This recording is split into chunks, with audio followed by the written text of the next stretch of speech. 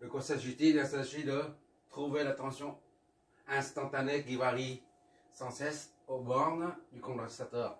D'accord? Bon, on n'a qu'une seule formule à retenir jusqu'à présent. Il s'en sert toujours. Et T est égal à C, la capacité dVt sur dt. Voilà. Hop là.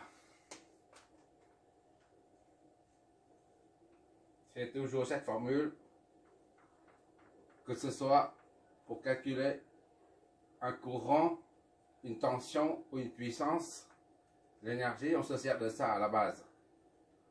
D'accord? C'est pourquoi j'ai insisté pendant le développement du cours sur ça. Bon, on cherche Vt, donc il faut résoudre cette équation. dVt est égal à 1 sur C fois IT. On passe de l'autre côté dt. dt, c'est une quantité réelle qui varie très peu. Donc, on a deux t ici. Un d ici, un d ici. On peut donc intégrer. Qu'est-ce que ça donne?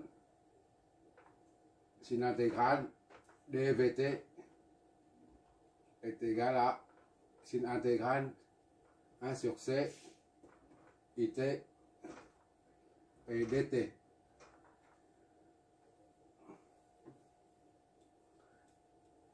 Rappel, x c'est 1, est égal à x1, d'accord? La dérivée de ça, là, ça donne 1. On met ici là 1. D'accord? Et 1 moins 0 c'est 0. X fois 1 moins 1, ça va être 0. Ce qui fait 1 fois 1. D'accord? X, je vais trop vite. 1 moins x, 0 c'est 1 fois 1. Tout ce qui est exposant 0 c'est égal à 1. Comme exponentielle de 0 c'est égal à 1. Fois dt. Ça fait 1 fois dt, ça fait dt. Dx. Dx. Autrement dit, dérivée de x, ça donne dx. Donc pour trouver x, on fait l'intégrale de dx, ça donne x. D'accord? Ça c'est un rappel.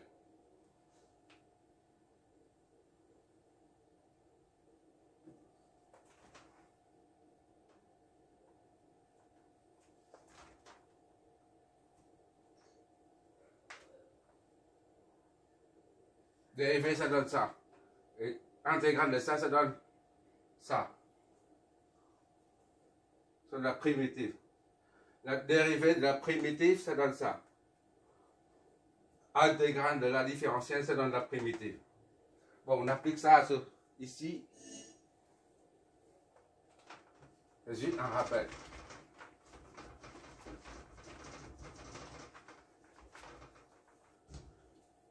Bon. Comme on vient de dire, intégrale de dx, c'est x. Donc, intégrale de dvt, c'est vt. D'accord? Il n'y a plus de d ici. Il n'y a plus de d ici. Là, voilà, c'est pour dire. Le rappel tout à l'heure, c'est pour dire ça. Intégrale de dx, ça donne x. Et intégrale de dvt, ça donne vt. Donc, ici, on a vt est égal à, on laisse ça tel quel là, 1 sur c, it, dt. Ça, c'est la constante. On peut sortir du signe intégral. Vt est égal à 1 sur c intégrale de it fois dt. D'accord? Or, IT est égal à 50. Amplitude c'est en milliampères, donc on convertit ça en ampères. Ça donne 0,05. 0,5 ampères. Sinus 120 pi t. D'accord? Ça c'est en ampères. Alors, et C est égal à 100. 100 microamps. C'est-à-dire 100 fois 10 puissance moins 6 farad.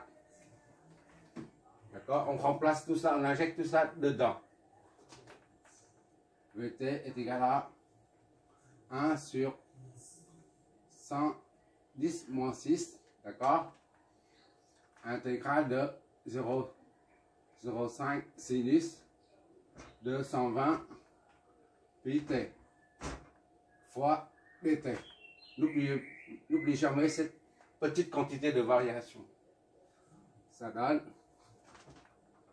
0,05 sur la constante, on la sort. Intégrale de sinus 120 pi t dt. D'accord? Ça donc, ça reste constante.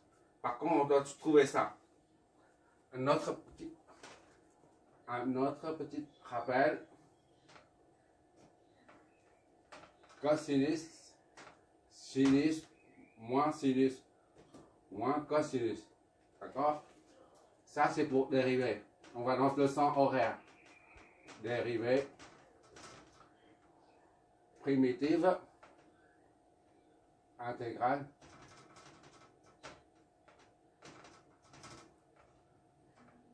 on va dans le sens anti-horaire. Donc nous on cherche ça, c'est ça, et ça c'est dérivé. Bon, je passe, c'est pas peine. Pour faire une intégrale, on part d'ici la sinus, d'accord? On va dans l'autre sens. Anti-horaire, sinus ça donne, c'est-à-dire sinus, ça donne intégrale, là ça donne moins cosinus. Moins cosinus, d'accord? Sinus ça donne moins cosinus. Donc pour un sinus AX, on a moins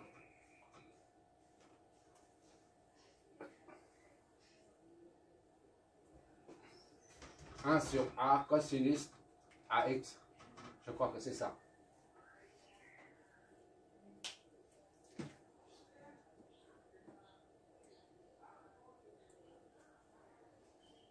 Oui, c'est ça. Bon. On reprend ici, on revient ici. VT est égal à ça divisé par ça. Ça donne 1, 500, 10 puissance 6. 10 puissance 500, c'est 500.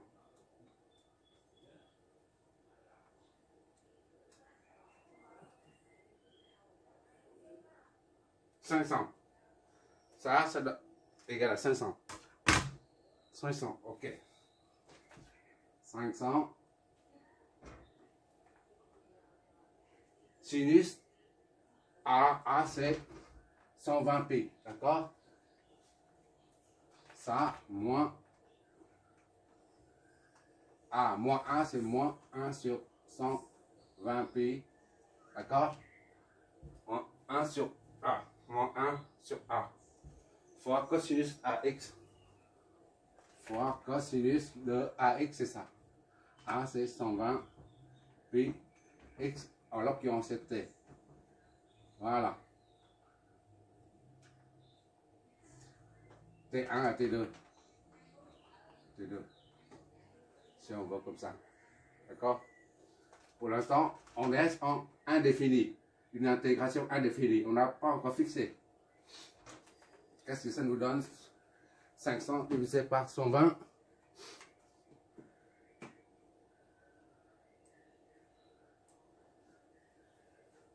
On laisse comme ça. On laisse tel quel. VT est égal à moins 500 sur 120 pi cosinus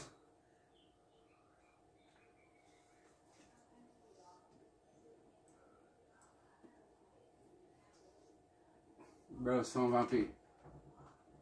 Ok, d'accord? Voilà.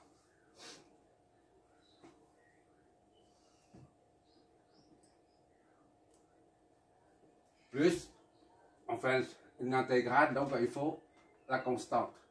K. On dit K1. Voilà. Ça fois ça donne ça. Et ça fois ça fait moins, plus 500 K1. D'accord? On pose. K est égal à 500 K1. D'accord? VT est égal à moins 500 sur 120 pi fois cosinus de 120 pi T plus K. D'accord? Initialement, la tension au bord du condo, le condo est vide. Était vide initialement. C'est-à-dire il n'y a pas de charge, il n'y a pas de tension aux bornes. Donc VT est nul. Or, initialement,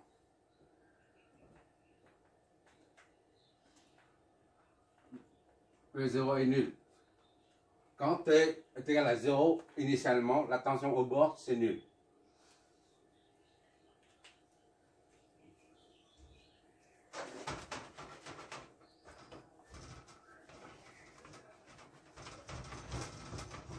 Bon. On va trouver. Ça, c'est presque fini, mais il reste la constante à déterminer. C'est tout.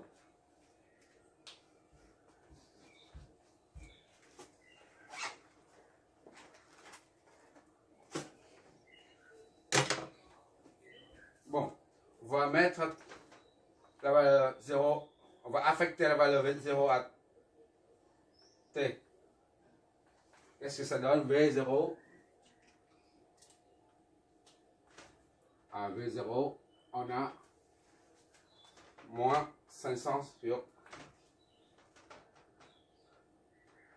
120 pi fois cosinus de 120 pi T c'est 0. D'accord? À T0, T0 plus K est égal à 0. Puisque initialement V0 est égal à 0. Donc ici c'est moins 500 sur 120 pi cosinus de 0 plus K est égal à 0. Ça fait moins 500 sur 120 pi fois 1. Cos 0 c'est 1. D'accord? Plus K est égal à 0. Donc moins 500 sur 120 pi plus K est égal à 0. K est égal à 500 sur 120 pi. Voilà.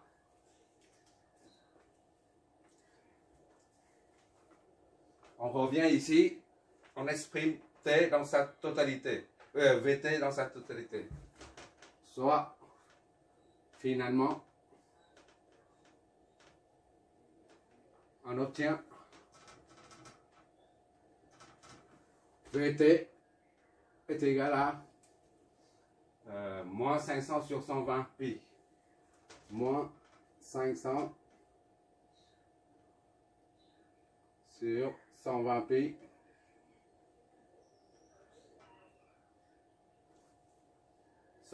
pi fois cosinus 120 pi fois la variable T plus K plus 500 sur 120 pi. Voilà, tout ça en volt.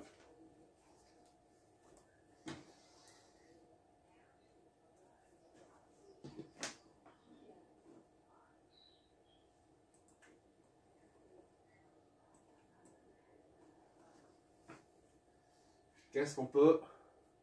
On peut mettre ça en facteur. Vt est égal à 500 sur 120 pi. D'accord? Ça, en facteur. On isole. Ça donne 1.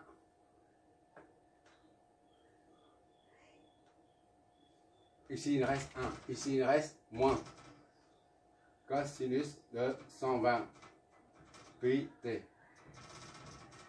Voilà. La tension aux bornes. Condo.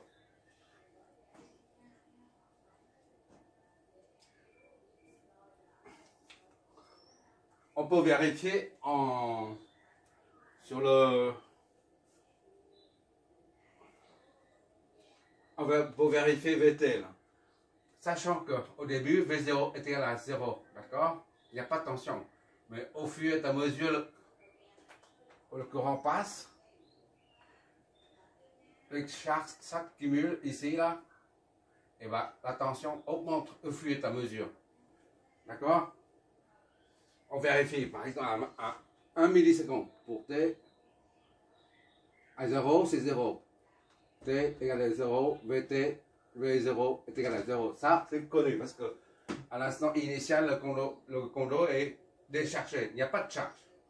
Maintenant, supposons qu'on ait un T à 1 milliseconde. Juste 1 milliseconde. Après la fermeture de l'interrupteur, la fermeture du circuit, on a quoi? V 10 moins 3. 1 milliseconde, c'est 10 moins 3 secondes. Est égal à, on applique ça, 500 divisé par 120 pi fois 1 moins cosinus de 120 pi fois 10 moins 3 secondes. Et qu'est-ce que ça nous donne? Vt 1 milliseconde, ça nous donne quoi?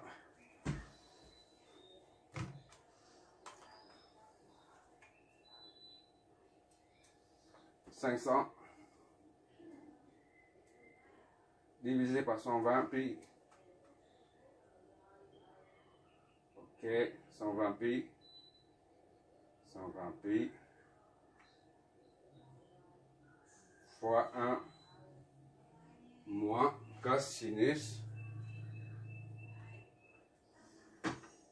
Cosinus de 120 pi fois 10 puissance moins 3. Voilà.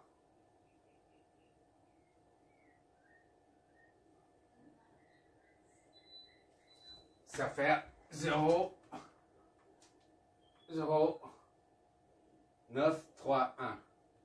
3, 1 secondes. Volt. Soit 93,1 millivolts. D'accord? Et si on augmente encore, on va dans le temps. Maintenant, supposons que Vt est égal à 5 millisecondes. 5 millisecondes. Alors, normalement, on doit avoir, si on remplace T par 5 millisecondes dedans, on doit avoir Vt 5 millisecondes supérieur à ça. Puisque au fur et à mesure, les charges s'accumulent, la tension augmente. D'accord? Bon, on vérifie. Je vérifie comme ça, c'est la meilleure façon en fait. C'est très pratique. V est égal à, T est égal à 5 millisecondes. 5 10 puissance moins 3 est égal à 500 sur 120 pi. D'accord? Fois 1 moins cosinus de... Il suffit de remplacer 1 milliseconde par 5 millisecondes. Cosinus de 120 pi fois 5 10 puissance moins 3. Tout ça est égal à... Normalement, on doit trouver ça supérieur, sinon c'est pas bon. On est en 1008 volts. Bon, il suffit de changer 5. La différence est 5 au lieu de 10, de 1. 1, 10 puissance moins 3. C'est 5, 10 puissance moins 3. Il suffit de changer ça.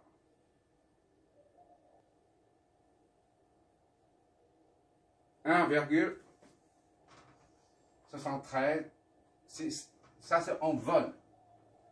D'accord? Ça, on divise par ça. On divise par 0, 0, 93, 1. 18 fois de plus.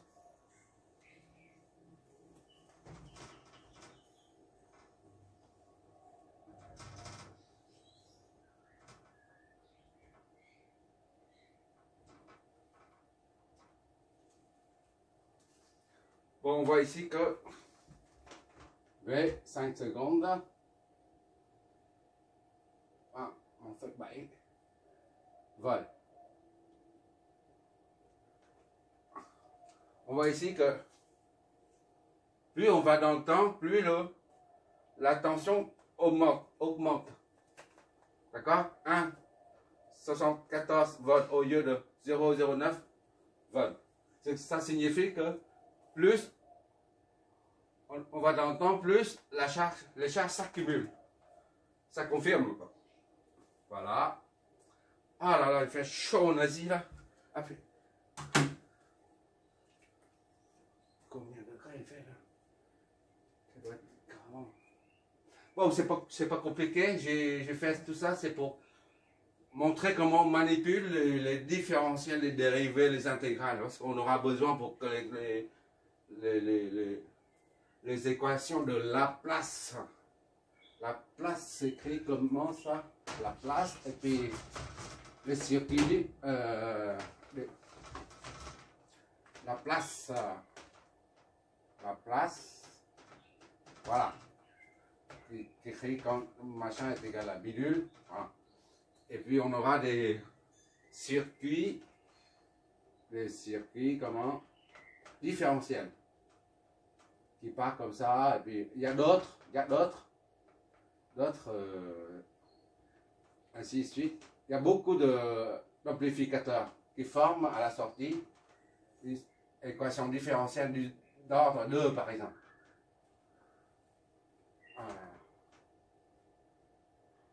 Je ne me rappelle pas, mais le temps venu, on verra ça. Et pour ça, il faut bien maîtriser la manipulation des dérivés, des différentiels. Surtout, il faut bien comprendre ce truc-là. Ça, c'est une quantité réelle. C'est pas comment dire, un symbole. C'est pas un symbole. C'est une quantité réelle. Une quantité réelle. S'il n'y a pas de cette quantité, on ne peut pas dériver, intégrer. Bon, le prochain. Merci d'avoir regardé.